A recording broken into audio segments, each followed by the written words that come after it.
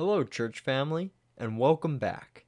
Today we will be talking about how we will be meeting in person and go over a few things. So, what does this mean? In this orientation, we will be going over how to come back to church, what you'll need to bring, what the church is going to be doing to keep you safe, and finally, how you can do your part to keep others safe during COVID-19. So, to begin, let's check out what you need to bring. When coming to church, go ahead and bring your Bible and some paper to take notes. Bring something to write with and some water if you'll need it. Finally, bring a mask. All these things a church would normally have, but due to the virus, we are no longer able to provide community things. As a note on the mask, for folks who are less than 2 years old, a mask is not needed. So let's check out what must be done before leaving the house. First, a self-check must be done. During this time, check yourself for a fever, cough, or shortness of breath. If you find any of these symptoms, please stay home, and we hope to see you on the online streaming. If you pass with flying colors, we'll see you at church, but as a note, please use the restroom before church. At the church, we are accepting a new way of doing things, which consists of social distancing and protective measures. But what actually are we doing? Well, to start off, we have changed how parking will be done. When you come to the church, traffic will go one way, and you will enter through the north driveway. When you park, you will need to park in a spot that is not marked off by a cone or blue tape, and you'll be guided to the right spot. However, the last portion of parking safety we'll need your help with. We ask that you please keep a 6-foot social distance from other families to ensure that everyone stays safe. So let's look at what it's going to look like. As you come in, you will be directed to an open parking spot.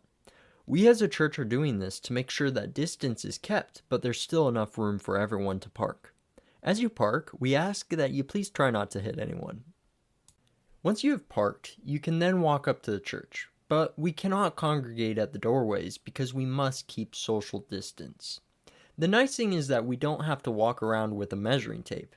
At the church, there are markers on the ground that show us where we need to stand when waiting to enter. As people in front of you move up, you can move on to the next marker. But when you get to the stop sign, get ready for some really intriguing questions and a quick check. These questions will consist of, have you had a cough, fever, or shortness of breath? After you have answered them, you will be let in. So, let's take a look at what this actually would look like. When you are coming to church, you'll be looking for a place to stand, which should look like this. On the regular standing spots, it'll state maintain distance 6 feet, and is as shown.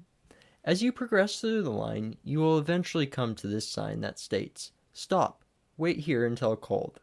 Pretty much on this one, just wait until you're called up by the greeter to be checked. When you're called up, you'll be asked if you've had any of these symptoms, and the same sign that is shown will be used. If you experienced any of these signs and symptoms before church, please make sure to stay home, because if you are found to have any, it may be a very short trip to church. However, if you don't have any of these and you do not have a temperature at the door, you will be led in by the usher. As you are brought in, they will lead you to the seating arrangement that fits your family or guests. As seen by this, Dion is a party of one and is led to a single seat.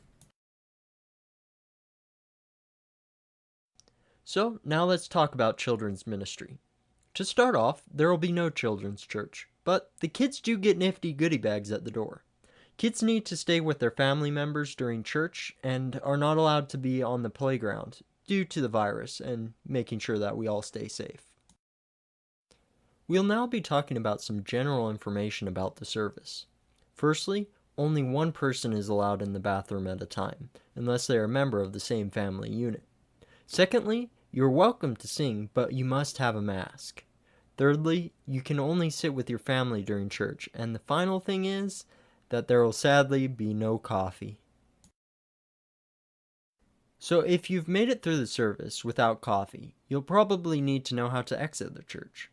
When it comes to that time, the ushers will start to dismiss the congregation, starting in the back and leading to the front.